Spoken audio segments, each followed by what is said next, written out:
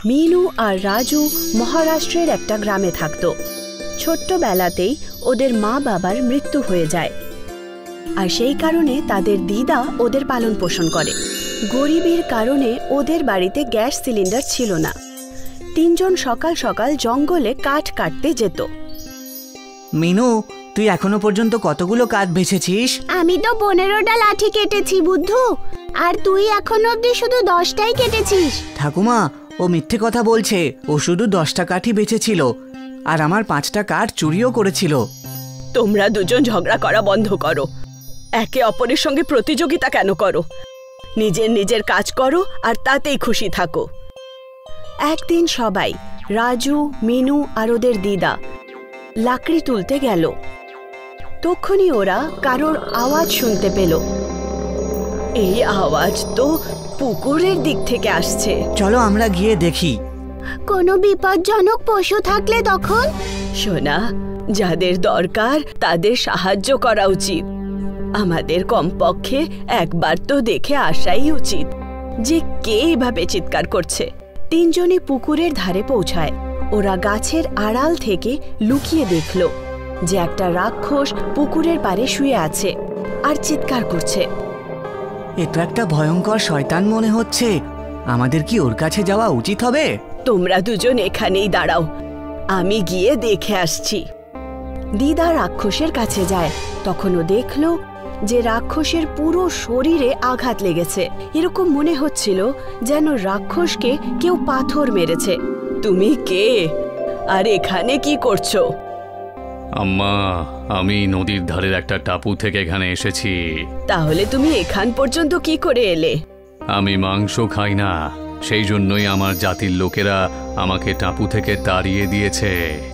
যখন আমি মহারাষ্ট্রে পৌঁছই তখন আমার মুখ চোখ দেখে ওরা ভয় পেয়ে যায় আর আমার দিকে পাথর ছুঁড়তে থাকে, আর আমি পালিয়ে এখানে চলে এসেছি। রাজু আর মিনু, গাছের আড়াল থেকে বেরিয়ে এসো, ও ভালো রাক্ষস। রাজু, মিনু আর দিদা মিলে রাক্ষসের ঘা ধুলো আর খাবার জন্য ফল দিল। এই ফলগুলো আমরা এই জঙ্গল থেকেই পেয়েছি। তুমি খুঁজলে তুমি এখানে আম, জাম আর পেয়ারার গাছ খুঁজে পাবে। তারপর দিদা, রাজু আর মিনু যখনই লাকড়ি তুলতে জঙ্গলে যেত, রাক্ষসের সাথে দেখা করে আসতো। কিন্তু একদিন একজন সরকারি পুলিশ ইন্সপেক্টর তিনজনকে দাঁড় করালো। শোনো তোমরা তিনজন, আজকের পর এই জঙ্গলে একদম আসবে না। সরকার থেকে ঘোষণা করা হয়েছে এই জঙ্গলের গাছ যেন আর না কাটা হয়। আপনি ভুল ভাবছেন, কিন্তু আমরা কখনো গাছ কাটি না, শুধু মাটিতে পড়ে থাকা লাকড়ি তুলে আনি আমরা। এই বুড়ি, বেশি মাথা কাটাস না তো। একবার বারণ করেছি যখন, ব্যাস। এইভাবে তিনজনের জঙ্গলে যাবার রাস্তা বন্ধ হয়ে গেল। লাকড়ির অভাবে রাজু, মিনুর বাড়িতে উনুন জ্বালানো মুশকিল হয়ে গেল। ফল পাওয়াও বন্ধ হয়ে গেল।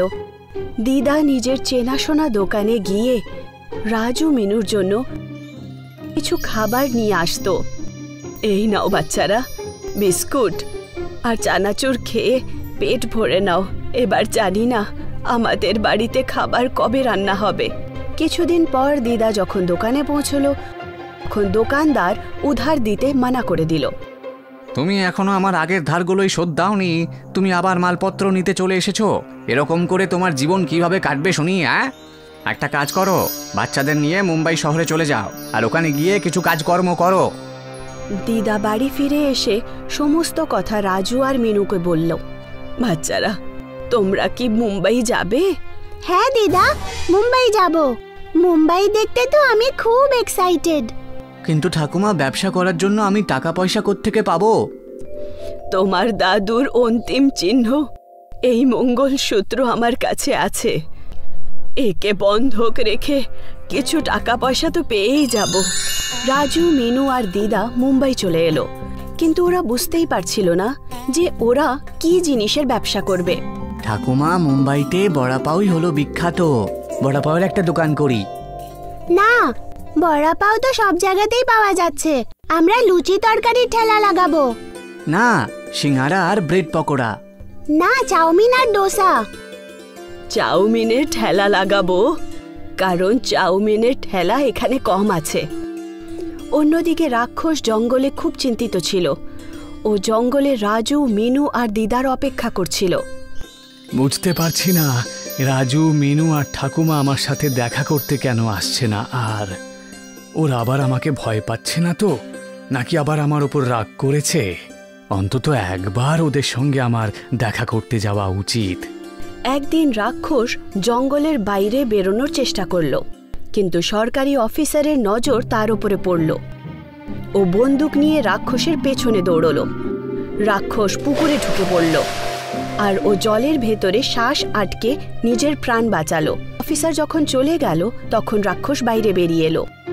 তাই যাই হোক, মিনু, রাজু আর ঠাকুমার সাথে যে করেই হোক একবার দেখা করতে হবে। ওদের আবার কোনো বিপদ হলো না তো? ওরা তিনজনই খুবই চিন্তিত ছিল, কারণ মুম্বাইতে ওদের চাউমিনের ব্যবসা ভালো চলছিল না। ওদের ঠেলার কাছে আরও দুজন ঠেলাওয়ালা চাউমিন বিক্রি করত। রাজু, তুই বাড়ি চলে যা আর জমিদারদের খেতে কাজ করে নিস। এখানে মুম্বাইতে আমাদের তিনজনের খরচা চালানো মুশকিল। আর আমাদের দুজনের ব্যাপারে যদি বলি, তাহলে মিনু আর আমি এখানকার কাজ সামলে নেব। রাজু গ্রামে ফিরে এলো। রাক্ষস কাকুর সাথে দেখা হয়েছে, বেশ অনেক দিন হয়ে গেল। ওনার সাথে দেখা করে আমার অসুবিধের কথা জানানো উচিত। একদিন রাত্রিবেলা রাজু গাছের আড়ালে বসে পড়ল আর সরকারি অধিকারীর ঘুমানোর অপেক্ষা করতে লাগলো। যখনই অফিসারের ঘুম পেল, রাজু পা টিপে টিপে জঙ্গলে চলে গেল। রাক্ষস একটা গাছের ওপরে লুকিয়ে থাকত। যখনই রাক্ষস রাজুকে দেখল, ও গাছ থেকে লাফিয়ে পড়ল। তুমি তো আমাকে ভয় পাইয়ে দিয়েছিলে কাকু। আচ্ছা বলো, কেমন আছো তা বলো আগে। জীবন একদমই ভালো কাটছে না বাছা। সরকারি অফিসাররা এখানে প্রায়ই আসছে, আর ওদের থেকে আমায় লুকিয়ে লুকিয়ে থাকতে হচ্ছে। তা তোমরা কোথায় চলে গিয়েছিলে? কতদিন পর তোমাদের সাথে আমার আবার দেখা হলো। আমরা মুম্বাইতে চলে গিয়েছিলাম। ঠাকুমা আর মিনুও ওখানেই আছে। ওখানে ব্যবসা আসলে ভালো চলছে না তো, সেই জন্যই আমি আবার ফিরে এসেছি। তা তুমি কিসের ব্যবসা শুরু করেছো? আমি চাউমিনের একটা দোকান দিয়েছি। চাউমিন তো আমার খুব ভালো লাগে, আর ব্রেড পকোড়া আমি আরও বেশি ভালোবাসি। আমার মা আমাকে চাউমিন পকোড়া খাওয়াতো। চাউমিন পকোড়া? হ্যাঁ, চাউমিন তৈরি করার পরে ওটাকে বেসমে দিয়ে ভালো করে তেলে ভেজে নাও, তাহলেই তো রেডি হয়ে যায় পকোড়া চাউমিন। তাহলে তো ঠাকুমা পকোড়া চাউমিন বিক্রি করতে পারে। ঠিক বলেছ, সাধারণ চাউমিন তো সবাই বিক্রি করছে, কিন্তু তুমি যদি পকোড়া চাউমিন বিক্রি করা শুরু করে দাও, তাহলে তোমার বিক্রি অনেক বেড়ে যাবে। রাক্ষস কাকু, এবার আমি একা আর মুম্বাইতে যাব না, তুমিও আমার সাথে চলো। না, পাবলিকের মধ্যে যেতে আমার খুব ভয় করে। ভয় পেও না, আমি সবাইকে বোঝাবো যে তুমি একজন ভালো রাক্ষস। রাজু পরের দিন সরকারি অফিসারের সাথে কথা বলল। কাকু, জঙ্গলে একটা শয়তান থাকে, তুমি দয়া করে ওকে আমার সঙ্গে যেতে দাও। শয়তান আমাদের সবার জন্য বিপজ্জনক, তাই আমি ওকে প্রাণে মেরে ফেলবো। আপনি আমার কথা বিশ্বাস করুন, ওই শয়তানটা তো মাংস পর্যন্ত খায় না, আর সেই জন্যই ওই জাতির লোকেরা ওকে টাপু থেকে বের করে দিয়েছে। তারপর ও যখন মানুষের মধ্যে আসে, তখন আমরা মানুষরা ভয় পেয়ে যাই আর ওকে পাথর মারতে শুরু করে দিই। মনে হচ্ছে ওই শয়তানটার সাথে ভীষণ অন্যায় হয়েছে। ঠিক আছে, তুমি ওকে সঙ্গে করে নিয়ে যেতে পারো। এইভাবে রাজু রাক্ষসকে জঙ্গল থেকে বাইরে বের করলো। সমস্ত গ্রামবাসীরা রাজুকে রাক্ষসের সাথে দেখে অবাক হয়ে গেল। তারপর রাজু রাক্ষসকে নিয়ে মুম্বাই চলে এলো, আর ও রাক্ষসকে ঠেলায় দাঁড় করিয়ে দিল। এবার ঠেলায় অনেক লোক আসতে শুরু করলো। ওরা রাক্ষসের দর্শন করত আর পকোড়া চাউমিন খেত। এইভাবে রাজু, মিনু আর দিদার কাছ থেকে পয়সার অভাব কম হয়ে গেল, আর ওরা খুব খুশি জীবন কাটতে লাগলো। যদি ওরা তিনজন রাক্ষসের সাহায্য না করত, তাহলে আজ ওরা রাক্ষসের সাহায্যে পয়সা ইনকাম করতে পারত না। তবেই তো বলা হয়, ভালো কর্মের ফল ভালোই হয়। মুকুন্দের তাল গাছের বাগান ছিল। ও তাল গাছে উঠে তাল পাড়ত, আর তারপর এই তাল ব্যবসায়ীদেরকে বিক্রি করে টাকা রোজগার করত। আরে ভাই, এবার তুমি বেশি তাল দেওয়ার ব্যবস্থা করো, বাজারে তালের চাহিদা বেড়ে গেছে। ঠিক আছে স্যার, কাল থেকে বেশি তাল দেওয়ার চেষ্টা করব আমি। ঠিক আছে। মুকুন্দ আর ময়ূরীর একটা মেয়ে ছিল মিনা। মিনা, কোথায় তুই? এক্ষুনি তো এখানেই ছিল, মনে হয় বান্ধবীদের সাথে খেলতে গেছে। কিন্তু তোমার ওকে দিয়ে কি দরকার? আরে ও তাল খেতে চেয়েছিল, তাই দেখ ওর জন্য কিছু টাটকা তাল পেড়ে নিয়ে এসেছি। তক্ষুনি মিনা, আরে বাহ, তাল! এই সবগুলো আমি খাবো। হ্যাঁ, তোর জন্যই এনেছি, আস্তে আস্তে খা। গ্রীষ্মকাল হোক বা বর্ষা, মুকুন্দ সব ঋতুতে তাল গাছে উঠত। একদিনের কথা, টানা 2 দিন ধরে বৃষ্টি থামছিলই না। ভগবান করুক এর বৃষ্টি তাড়াতাড়ি বন্ধ হয়ে যাক। আজকে গাছে সাবধানে ওঠো, সব ডাল ভেজা থাকবে। হ্যাঁ, সাবধানেই চড়বো। আমি কি নতুন নাকি? আমি জানি তুমি সব জানো, তাও খেয়াল রেখো। হ্যাঁ আমার শোনাবো, তুমি চিন্তা করো না, আমি যাব আর আসবো। ঠিক আছে। মুকুন্দ তাল গাছে উঠতে শুরু করলো আর এক এক করে সাবধানে তাল পাড়তে শুরু করলো। কিছু সময় কেটে গেল, তারপর হঠাৎ মিনা ওখানে পৌঁছলো। বাবা! মিনার আওয়াজ শুনে মুকুন্দের ধ্যান সরে গেল আর ও পা পিছলে সোজা মাটিতে পড়ে গেল। বাবা! মিনা সঙ্গে সঙ্গে কিছু গ্রামবাসীকে ডাকলো। সবাই দৌড়ে এলো।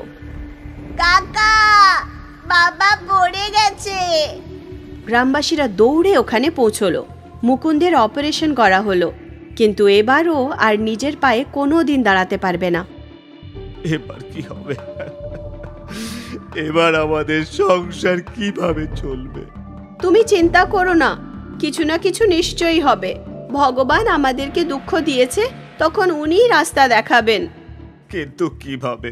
আমি পঙ্গু হয়ে গেছি, এর থেকে তো মৃত্যু হলেই ভালো হতো।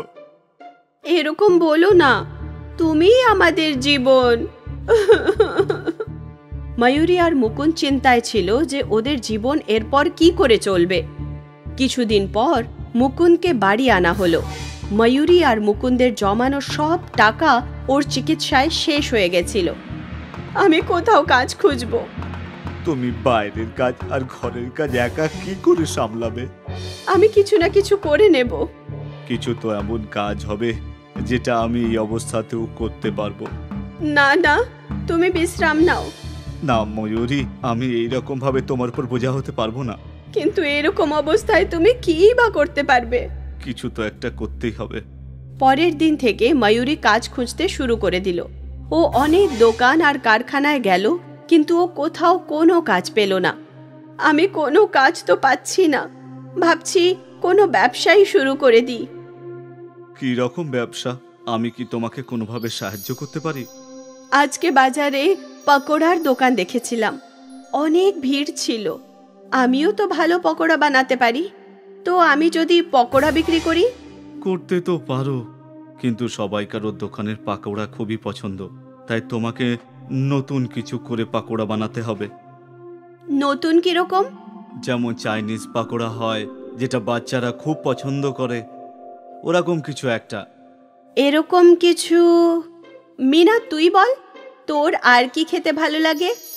আমার তো ম্যাগি ভালো লাগে। ম্যাগি পকোড়া কেমন হবে? ম্যাগির পাকোড়া ওরকমটা হয় নাকি? হ্যাঁ, তাও আবার খুব মুচমুচে। যা মিনা, দৌড়ে 1 প্যাকেট ম্যাগি নিয়ে আয়। মিনা ম্যাগি কিনতে চলে গেল, আর কিছুক্ষণ পর 2টো ম্যাগির প্যাকেট নিয়ে এলো।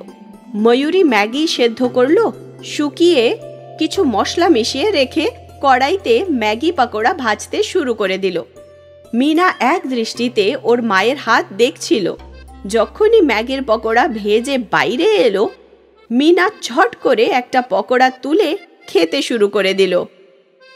আরে আরে, গরম! খুব সুস্বাদু হয়েছে মা। বাহ! মিনা একটা ম্যাগি পকোড়া নিজের বাবাকেও দিল। এটা তো সত্যিই খুব সুস্বাদু। হ্যাঁ, আমি বলেছিলাম না যে এটা খুব সুস্বাদু হয়। এই ম্যাগি পকোড়া কি বাজারে বিক্রি হবে? হ্যাঁ হ্যাঁ নিশ্চয়ই, এটা তো আগুন লাগিয়ে দেবে। ময়ূরী এটা শুনে খুশি ছিল। কিছুদিন পর ময়ূরী আর মুকুন্দ মিলে বাজারে ম্যাগি পকোড়ার স্টল বসালো। এটা কি আন্টি? ম্যাগি পকোড়া। ম্যাগির পকোড়া? হ্যাঁ। 1 প্লেট দাও আমাকে। হ্যাঁ হ্যাঁ নিশ্চয়ই, নাও। ময়ূরী ওই মেয়েটাকে ম্যাগি পকোড়া দিল। বাহ, খুব সুস্বাদু খেতে। আজ অবধি এরকম পকোড়া কোথাও খাইনি। ওই মেয়েটাকে দেখে আরো অনেক লোক ময়ূরীর ম্যাগি পকোড়া খেতে এলো। কাকিমা, এটা তো হেভি। মুকুন্দ ম্যাগি পকোড়া ভাজতে ময়ূরীকে সাহায্য করছিল। ও পঙ্গু ছিল। প্রথম দিন ময়ূরী আর মুকুন্দের ভালো রোজগার হয়েছিল। ওরা খুশি মনে বাড়ি ফিরে এলো। ভাবতে পারিনি যে আমাদের এত ভালো রোজগার হবে। এই দুঃখের সময় এটাই একটা সুখের বিষয়। বাবা, তুমি চিন্তা করো না, আমাদের সব দুঃখ কেটে যাবে। তুমিও ঠিক হয়ে যাবে। পুরো পরিবার আশার আলোর প্রভাব পড়ছিল। সবাই একসাথে খেটে চেষ্টা করতে লাগলো। ওদের ম্যাগি পকোড়ার ব্যবসা এগোচ্ছিল। গ্রাহকদেরও ভিড় হতে শুরু হলো, আর আশাপাশি ওদের রোজগারও বেড়ে গেল। ম্যাগি পকোড়া তাড়াতাড়ি বিখ্যাত হয়ে গেল। ওদের রোজগার এত বেড়ে গেল যে মুকুন্দের ভালোর থেকে ভালো চিকিৎসা শুরু হয়ে গেল। এই চিকিৎসায় মনে হয় মুকুন্দ, আপনি হাঁটতেও পারবেন, কিন্তু সেট অফ সার্জারি করতে হবে। এই চিকিৎসায় আপনার শরীর ভালো রেসপন্ডও করছে। এই খবরটা পুরো পরিবারের জন্য আনন্দের ছিল। 6 মাস পর আজ ময়ূরী ম্যাগি পকোড়ার বড় দোকান খুলল, আর এই আনন্দ মুকুন্দ আরও বাড়িয়ে দিল। আজ অল্প সময়ের জন্যই মুকুন্দ দাঁড়াতে শুরু করলো। এটা আশার সেই আলো যাতে বোঝা যায় মুকুন্দ খুব তাড়াতাড়ি নিজের পায়ে দাঁড়িয়ে পড়বে।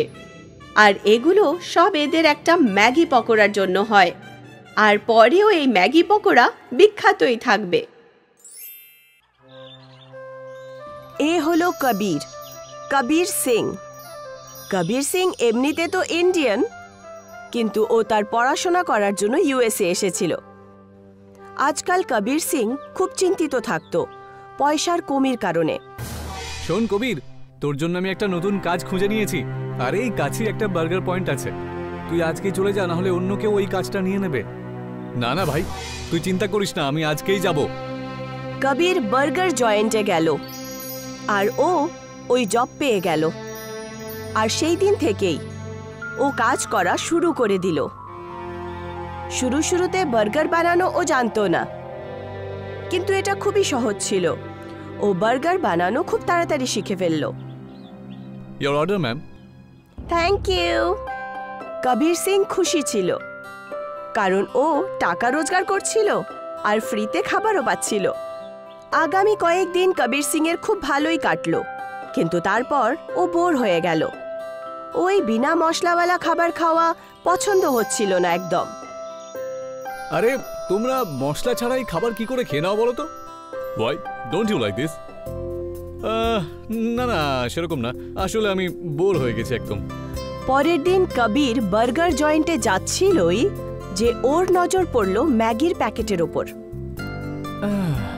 আজকে বার্গারের বদলে ম্যাগি খাই, অন্তত এতে একটু টেস্ট তো পাবো।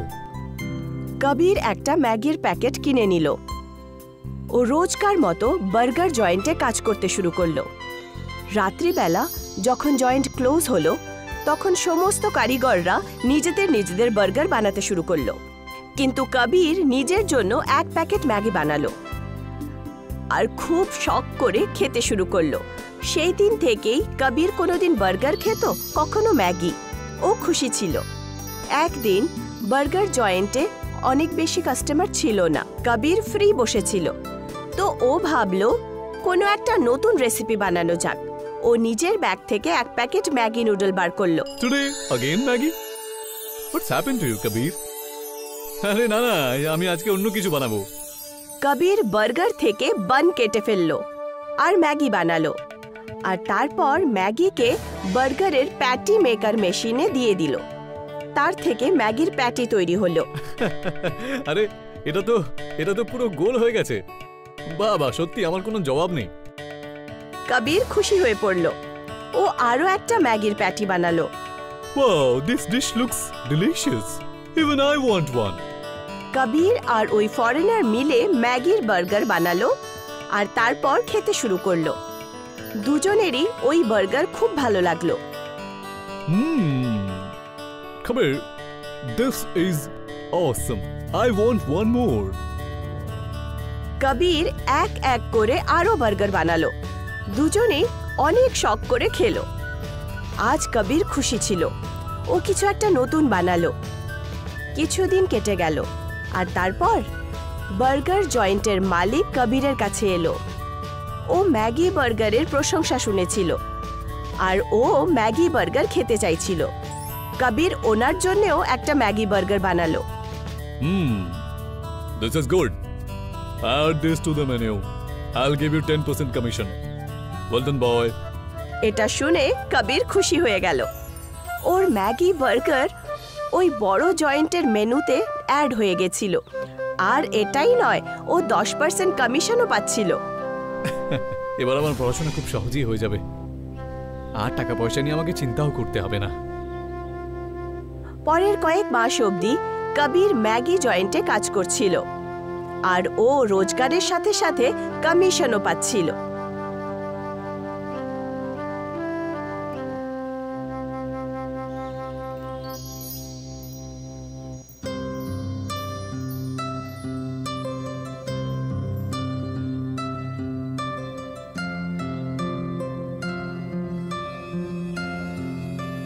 কবির এমনিতেই ভাবছিল, আরে কি হয়েছে পুত্তর? বলি কোন খেলে ডুবে রয়েছো? সেরকম কিছু নয় পাজি, কাজটা তোমার ভালোই, কিন্তু জানি না আমি কেন খুশি নই। আমি আমি নিজস্ব কিছু করতে চাই। আরে এতে উদাস হওয়ার কি আছে? তুই নিজের একটা হোটেল খুলে নে না। হ্যাঁ হ্যাঁ ঠিক বলেছেন, কিন্তু বুঝতেই পারছি না যে আমি কি করি। এত ভালো চাকরি আর মাইনেও তো বেশ ভালো। দেখো পুত্তর, মানুষের সবসময় সেই কাজটাই করা উচিত যেটা ওর পছন্দের। হ্যাঁ পাজি, আপনি ঠিকই বলেছেন। আমি তো সবসময় চাই ম্যাগি আর বার্গার বানাই। তাহলে পুত্তর, তুমি কি ভাবছো? তো বার্গার বানানো তৈরি করে দাও। সে তো ঠিক আছে, কিন্তু যদি আয় করতে না পারি তাহলে? দেখো পুত্তর, যদি এরকম চিন্তা করতে থাকো তাহলে যখন তুমি আমার বয়সে আসবে তখন তুমি আক্ষেপ করবে যে আমি কেন আগে শুরু করিনি। এখনো তোমার কাছে সময় রয়েছে। আরে চাকরি নিয়ে চিন্তা কিসের? ও তুমি আবার পেয়ে যাবে। হ্যাঁ ঠিকই বলেছেন আপনি। কবিরের বাবা ওকে প্রোৎসাহন দিলেন, কিন্তু তা সত্ত্বেও ও সংশয়ে ছিল, কারণ ও বড় হোটেলে ম্যানেজার ছিল যেখানে ওর রোজগার ভালোই ছিল, কিন্তু এখন ও সবকিছু প্রথম থেকে শুরু করতে হতো। যাই হোক, ও একটা ভিড় ভাড়ওয়ালা এলাকায় একটা দোকান রেন্টে নিয়ে নিল আর এখানে নিজের ম্যাগি বার্গারের বিজনেস শুরু করলো। এটা কেমন বার্গার? আসলে এটা ম্যাগি বার্গার, যেটা খেতে সত্যিই দারুণ। একবার খেয়ে দেখুন না। ঠিক আছে, খাওয়াও। প্রথমের কিছুদিন অবধি কবিরের ব্যবসা সেরকম কিছু চলছিল না, কিন্তু তারপর আস্তে আস্তে ওর দোকান চলতে শুরু করলো। কলেজের বাচ্চারা ম্যাগি বার্গার খাওয়ার জন্য দূর দূর থেকে আসতে লাগলো। কবির স্টাফ বাড়িয়ে দিল আর ম্যাগি বার্গারে ভ্যারাইটিজও নিয়ে এলো। Cheese Maggi burger, Schezwan Maggi burger.